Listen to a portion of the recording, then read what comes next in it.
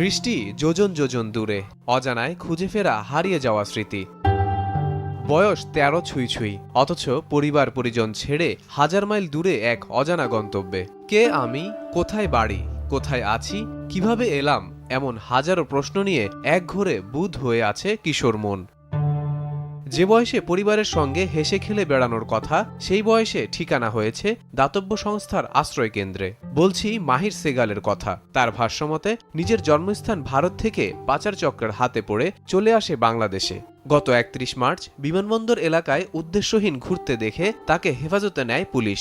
রাখা হয় একটি আশ্রয় কেন্দ্রে। সেখানে অনেকের মাঝে থেকেও নীরব মাহির। স্মৃতিতে তার জন্মস্থান মুম্বাইয়ের অলিগলি। আমি শুধু আমার আম্মিকে মিস করি। ঘটনাচক্র আমার দেশ থেকে এই জায়গায় চলে এসেছি, এখন আপনাদের সাহায্যে আমি আমার জায়গায় চলে যেতে চাই। শৈশবেই বাবা মা হারানো মাহির বড় হন মুম্বাইয়ের একটি হাসপাতালের সেবিকার কাছে, যাকে সে আম্মি বলে ডাকত। অন্যদিনের মতো তার মা কাজে বের হন। দুদিন পরও ফেরেননি বাসায়। মাকে খুঁজতে বের হন মুম্বাইয়ের সড়কে। একটি গলিতে ঢুকলে তাকে পেছন থেকে দুজন ব্যক্তি চেতনানাশক ঔষধ দিয়ে অজ্ঞান করে ফেলে। জ্ঞান ফেরার পর জানতে পারে বাংলাদেশে ঢুকে পড়েছে মাহির। আমি দুদিন ধরে আসতেছিলাম না, তারপর আমি যখন বাসা থেকে বের হয়েছি তখন দুজন লোক ইঞ্জেকশন পুশ করে আমার গাড়িতে নিয়ে আসছে। তারপর আমি ওঠার পর দেখি দুজন লোক এয়ারপোর্টের আশেপাশে কোনো জায়গায় কন্ট্যাক্ট করতেছে আমাকে নিয়ে। তারপরে জায়গা থেকে আমি চলে আসি। গত ৫ মাসে তার পরিচয় শনাক্তে বাংলাদেশ ভারত দুই প্রান্তে অনেক জল গড়ালেও মেলেনি সুরাহা। আশ্রয়ে থাকা সংস্থাটি বলছে, ভারতের বিভিন্ন এনজিওর মাধ্যমে যোগাযোগের পাশাপাশি মাহিরকে কাউন্সেলিং করেও জানা যায়নি তার পরিচয়।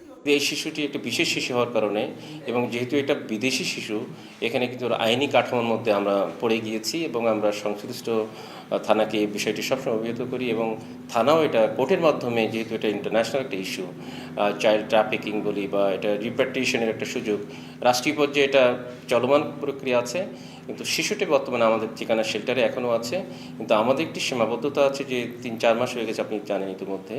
আমরা সরকারের মাধ্যমে অনুরোধ করতে চাই যে শিশুটা যেন তার পরিবারে ফিরিয়ে যায়। সংস্থাটি বলছে, মাহিরের মধ্যে ভাষা জ্ঞান, ছবি আঁকা সহ রয়েছে নানা সুকুমার বৃত্তি। তার কাছ থেকে অনেক কিছু শিখছে এখানকার অন্য শিশুরাও। তবে পরিচয় শনাক্তে দিতে পারছে না কোনো সঠিক তথ্য।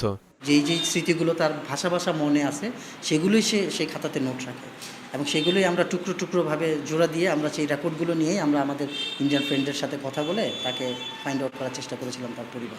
পরিচয়হীন এই শিশুদের আশ্রয় দেয় আপন ফাউন্ডেশন। মাহির সহ সব শিশুরই লক্ষ্য একটাই, ফিরতে চায় আপন ঠিকানায়।